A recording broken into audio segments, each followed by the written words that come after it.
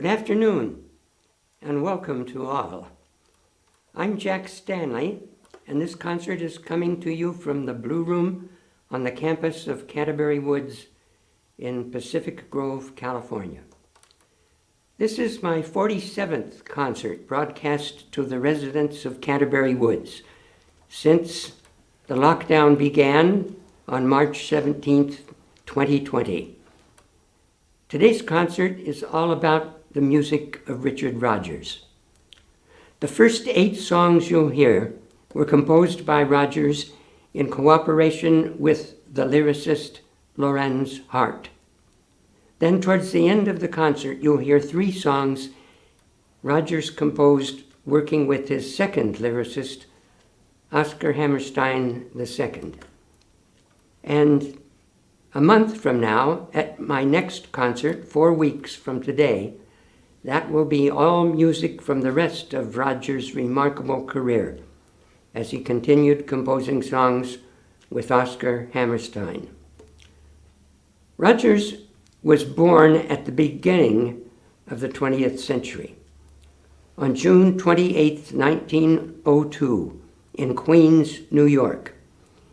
Born into a professional family, he had a professional career of 60 years, during which he wrote 43 Broadway musicals and over 900 songs. He was the first person, and is still today one of only 16 to have been awarded all of the top American entertainment awards: an Emmy for television, a Grammy for recording, an Oscar for film, and a Tony for theater, now known collectively as an EGOT. He has also been awarded 3 Pulitzer Prizes. Rodgers' exposure to music began very early. He was often, as a child, taken to operettas in New York, and he began classical piano training at the age of 6. He attended public schools in Queens, and in his early teens, he attended summer camp in Maine, where he had his first experience composing songs. In 1918, at the age of 16, he enrolled in Columbia University as a freshman. In 1919, during his second year at Columbia, a mutual friend introduced him to Lorenz Hart, who was in his second year at Columbia School of Journalism.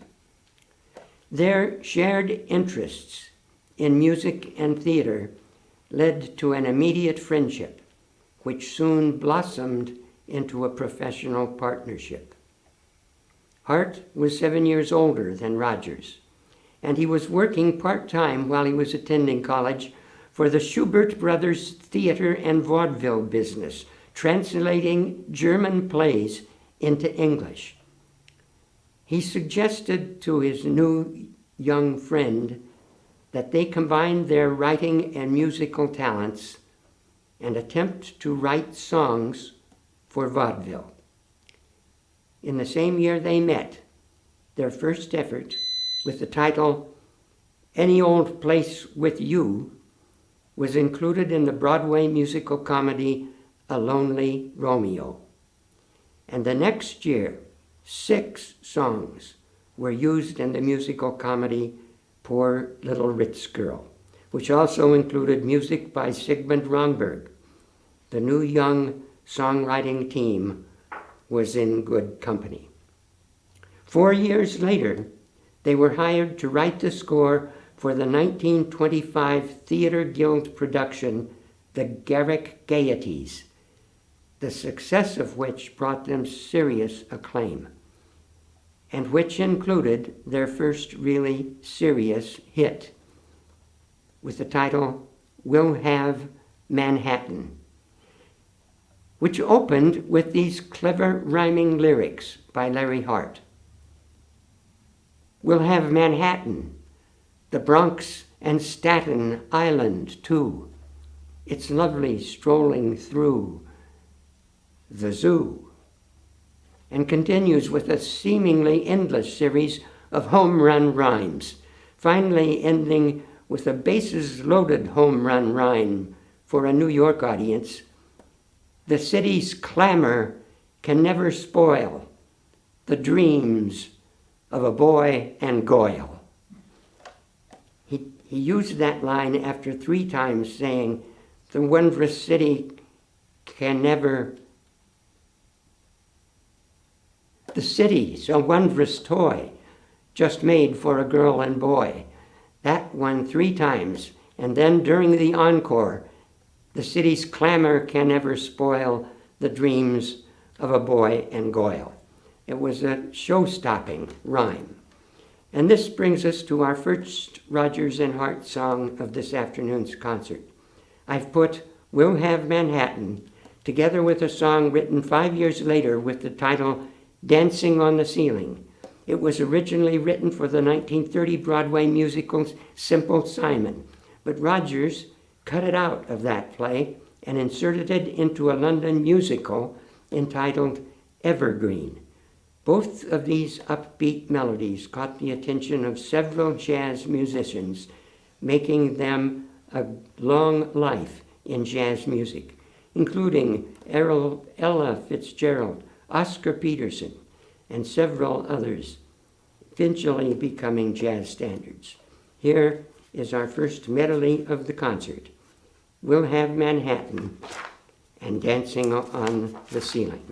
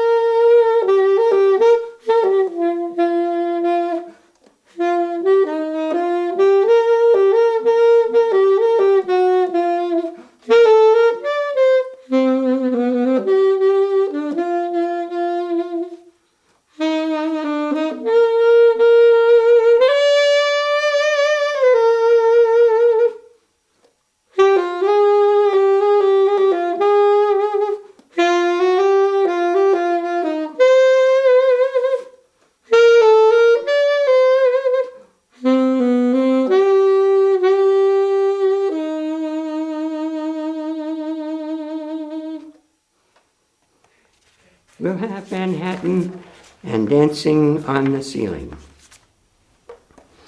In 1932, Rodgers and Hart went west to Hollywood to write a score for the pre-code Paramount Pictures musical comedy film Love Me Tonight. It was produced and directed by Ruben Mamoulian, a famous director who 11 years later would be the director of the Rodgers and Hammerstein great hit Oklahoma. There were 8 songs in that remarkable film, sung by Maurice Chevalier, Jeanette MacDonald, and the cast. 3 of the 8 would have a memorable history beyond the film. One in particular, Isn't It Romantic, would have an amazing history. It has been performed by numerous vocalists, as well as both popular and jazz instrumental soloists, and both vocal and instrumental groups, and it has appeared in several films after Love Me Tonight. Especially noteworthy is the film Sabrina, in which Ella Fitzgerald sings the super romantic vocal, echoed by a super cool tenor saxophone, to which Humphrey Bogart and Katharine Hepburn dance. Yes, that dance. Remember it? Here is the music. Isn't it romantic for that dance that ended in that kiss? Isn't it romantic?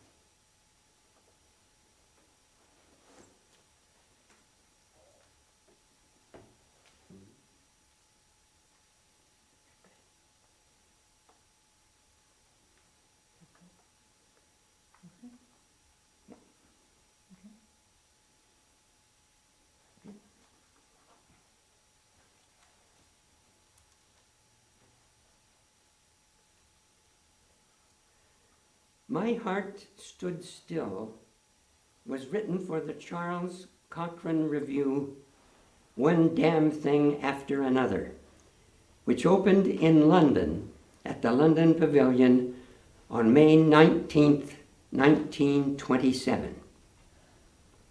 The following note was retrieved from the Great American Songbook on June 19th, 2019.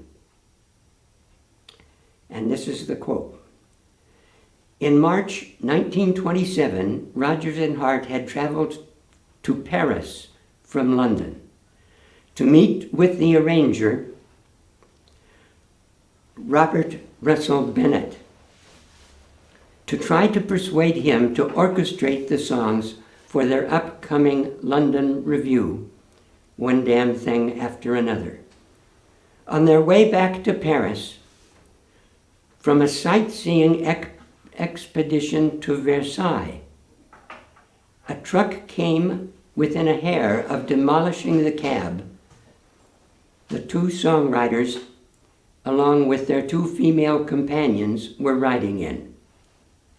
As the truck rattled by, one of the young women cried out in apparent fright, "Oh, my heart stood still."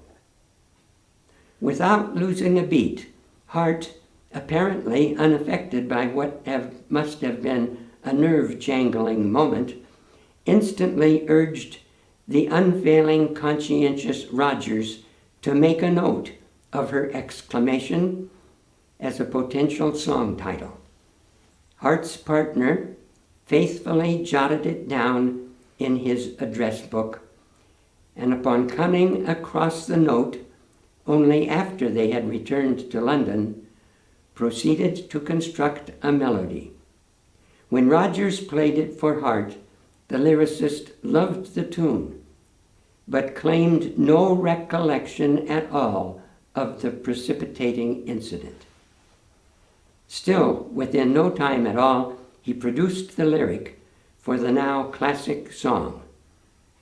Rodgers and Hart had to purchase back the rights to My Heart Stood Still from Cochrane for inclusion in their musical A Connecticut Yankee, which opened on Broadway at the Vanderbilt Theater later that same year, November 3rd, 1927. Now here is the music that Richard Rodgers constructed for those words.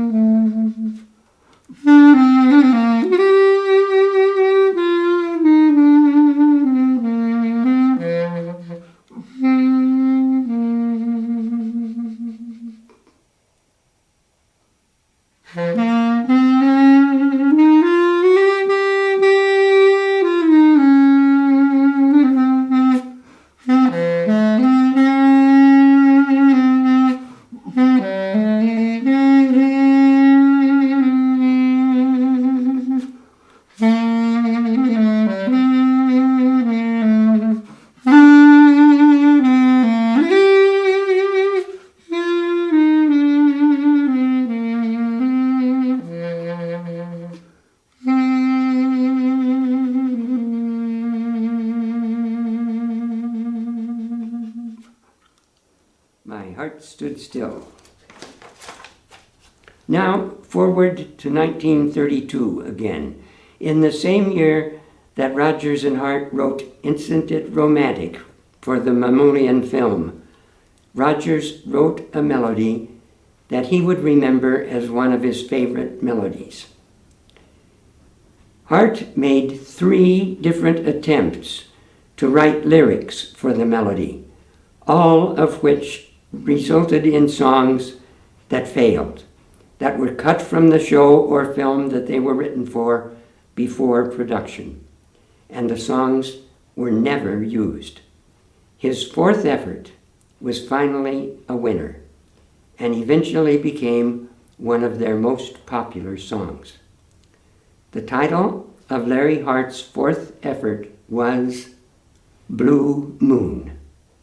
It was released in 1934 and was recorded twice that same year, once by Billy Eckstine and once by Mel Torme, both recordings producing major hits.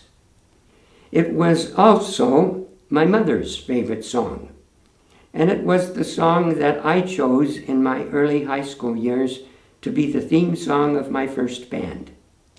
For this concert, I've put Blue Moon together with another of Rodgers and Hart's very popular songs, My Romance, written in 1935 for the famous Broadway musical Jumbo, the one that had elephants on the stage for the first time. Our second medley this afternoon is My Romance and Blue Moon.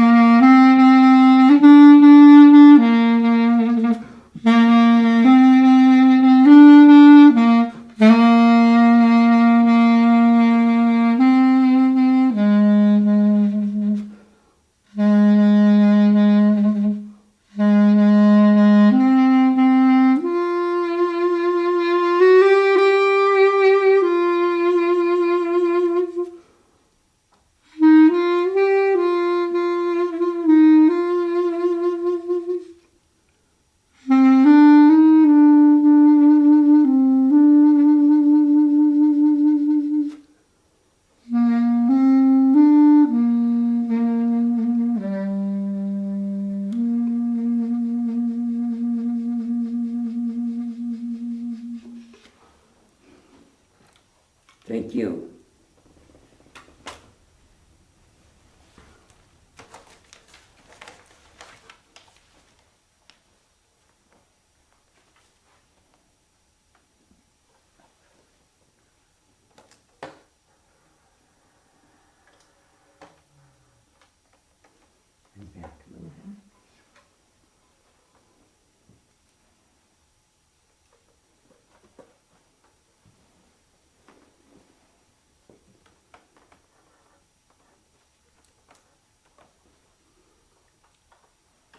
The Lady is a Tramp is a show tune from the 1937 Rodgers and Hart musical Babes in Arms.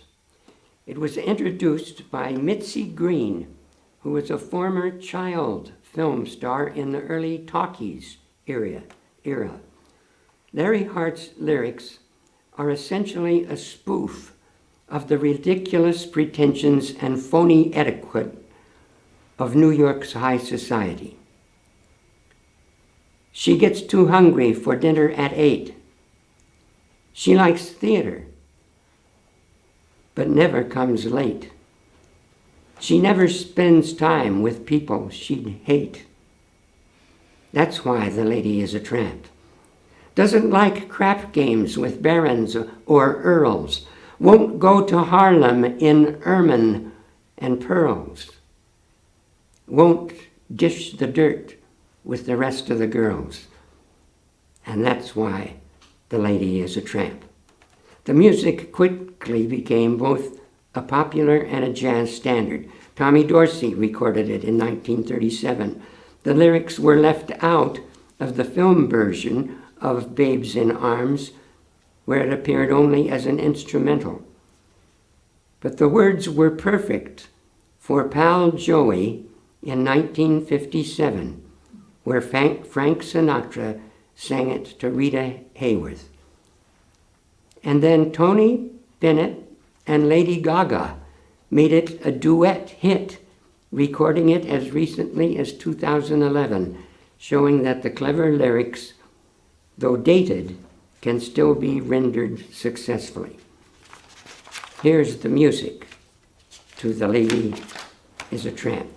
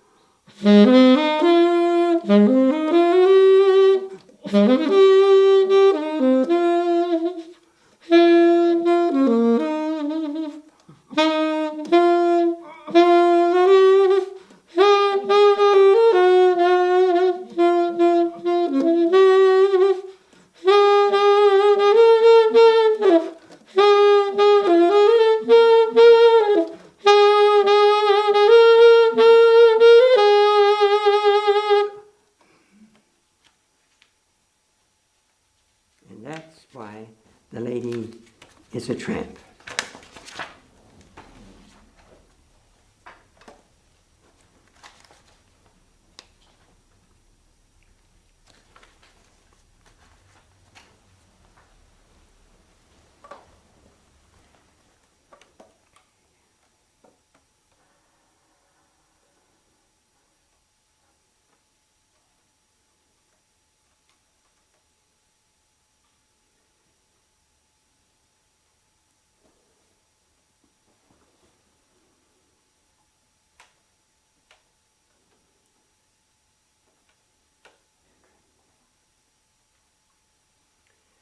Now I'm going to end this section of today's concert with a medley played on my clarinet, comprised of two Rodgers and Hart's last great songs, Falling in Love with Love and Bewitched, Bothered, and Bewildered. Bewitched, Bothered, and Bewildered was the hit song of their last great musical, Pal Joey, which premiered on Broadway Christmas Day, December 25th, 1940, and was considered by many critics to be their masterpiece. In spite of the burden of the sordid, depressing story that it tells, the New York Times theater critic Brooks Atkinson praised many things about it. All of the music, all of the details in the production, the excellent direction, but then felt compelled to say in conclusion that the performance as a whole compelled him to think of the question, should you try to draw sweet water from a fouled well? The story is so depressing and sordid that Brooks Atkinson thought it wasn't fit for a Broadway musical. It was probably just too early in 1940 for an anti-hero, and that's what Pal Joey was. Played in 1940 by Gene Kelly, but when he was played in the 50s by Frank Sinatra, the movie was much more believable. Falling in Love with Love was the hit song of their next to the last musical, The Boys from Syracuse. In 1938, Rodgers and Hart began working on the musical score. It was based on Shakespeare's A Comedy of Errors, about a series of mistaken identities involving a pair of identical twins and their wives. Each wife, at some time or another, mistaking one of the twins for mistaking the wrong twin for her husband.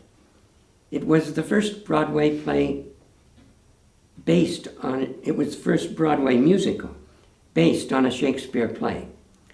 The entire musical score was written by Richard Rodgers, and it included swing and other contemporary rhythms of the 1930s, as well as one beautiful little waltz that sounded to Larry Hart just right for a love song.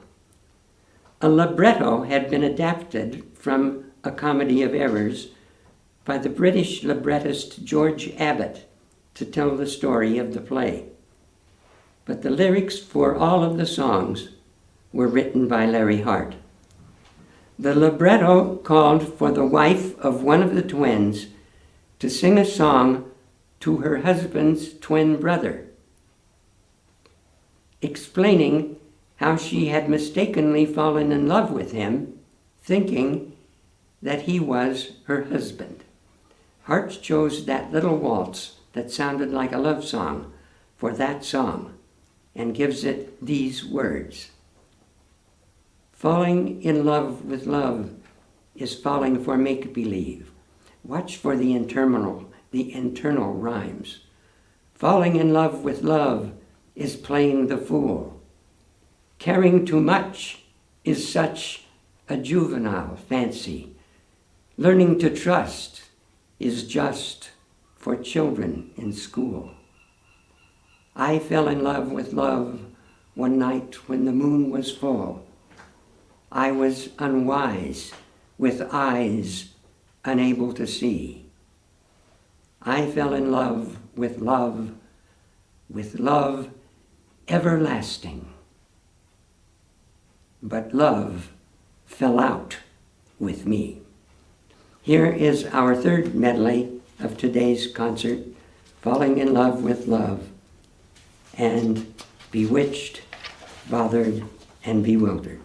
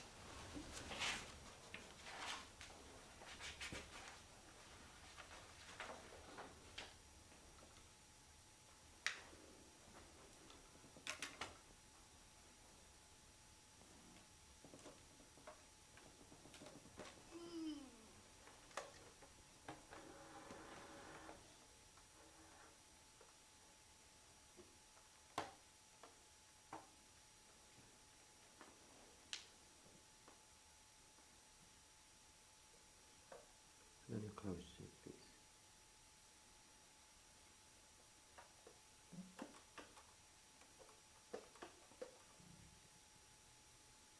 On July 23rd, 1942, the New York Times reported, quote, "The Theater Guild announced yesterday that Richard Rodgers, Lawrence Hart, and Oscar Hammerstein II will soon begin work on a musical version of Lynn Riggs' folk play, Green Grow the Lilacs, which Guild produced for 64 performances at the Guild Theatre in 1931.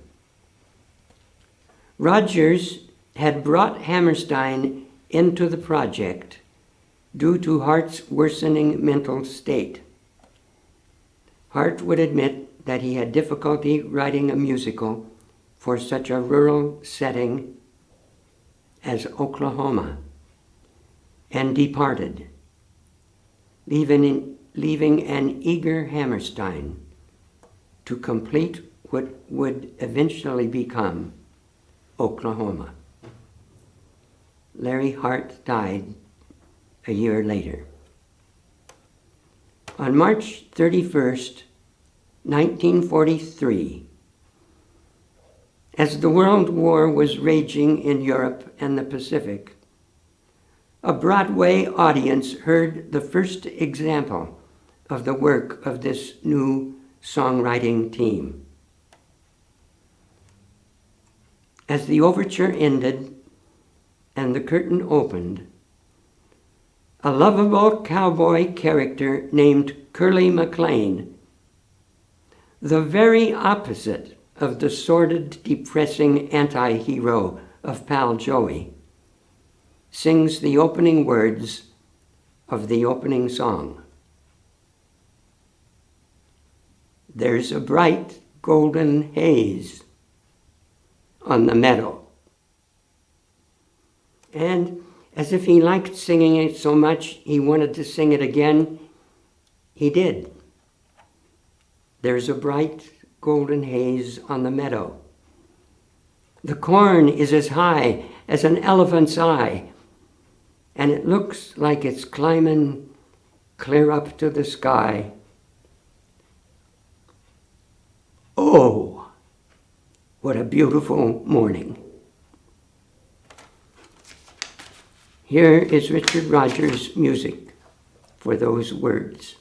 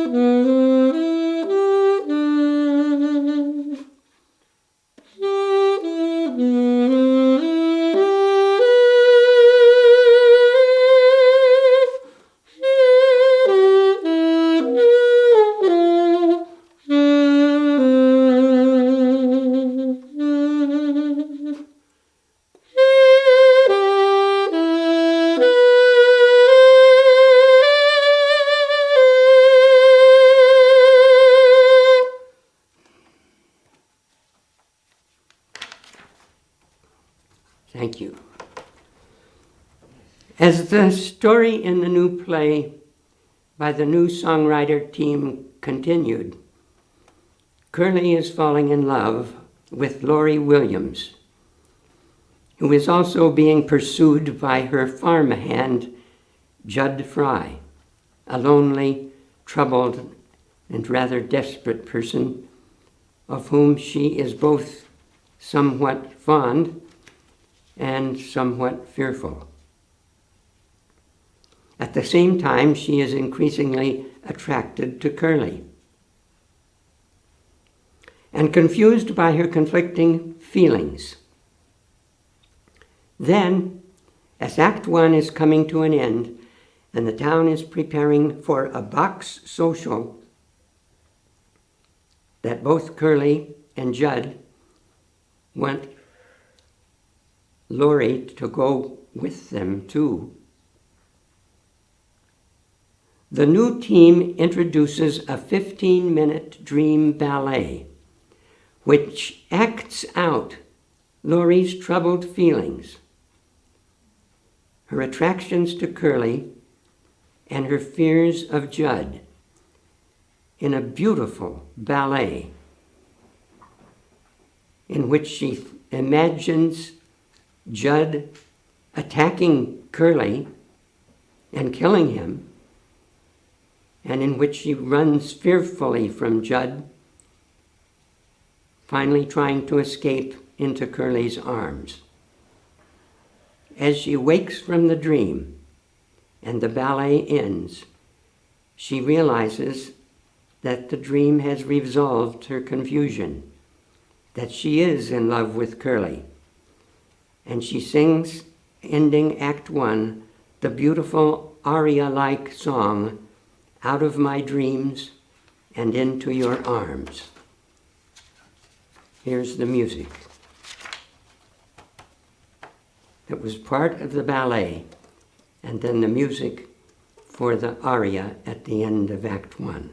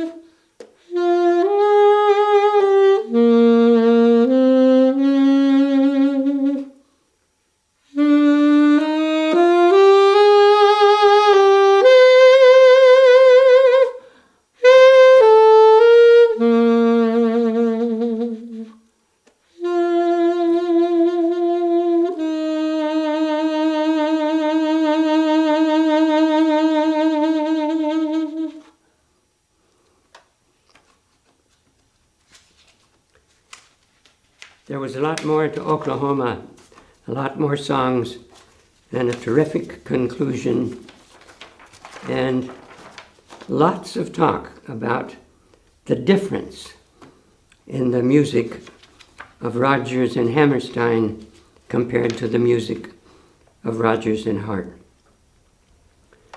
Rodgers himself said that writing with Larry Hart was much more serious and sometimes cynical, sometimes depressing.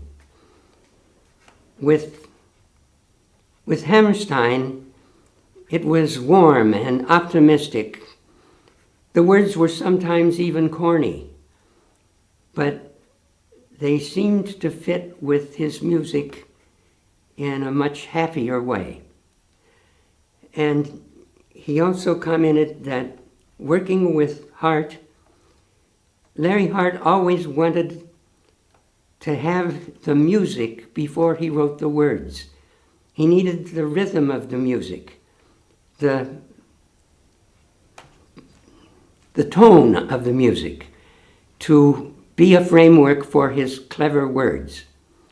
And certainly he composed very, very clever words. Whereas Hammerstein always wanted to give Rodgers the lyrics before he wrote the music.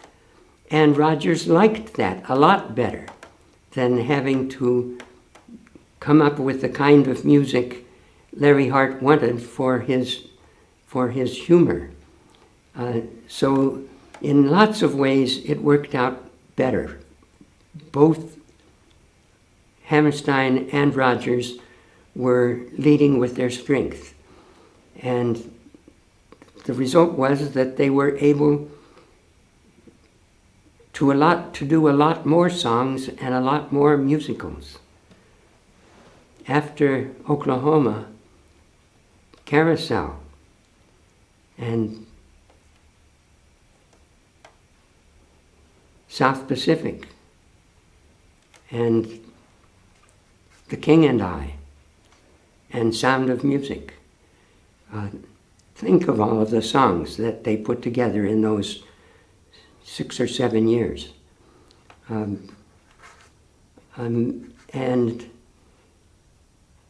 immediately after Oklahoma, not immediately, 2 years after Oklahoma, they were ready with Carousel.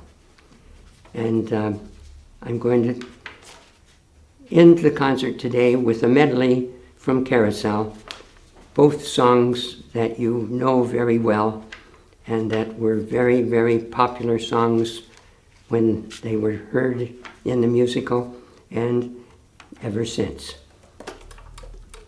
The final medley for today, If I Loved You, and You'll Never Walk Alone.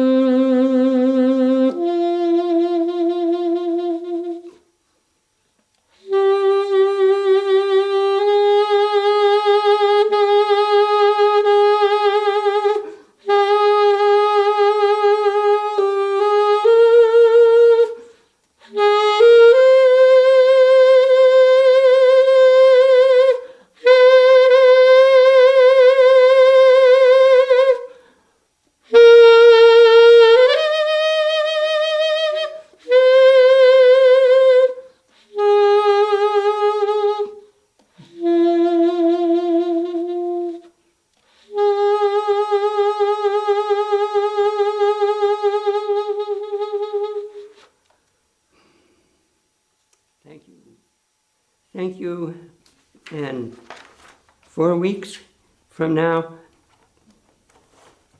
a lot more music by Richard Rodgers with lyrics by Oscar Hammerstein II. Thank you for being here. Thank you.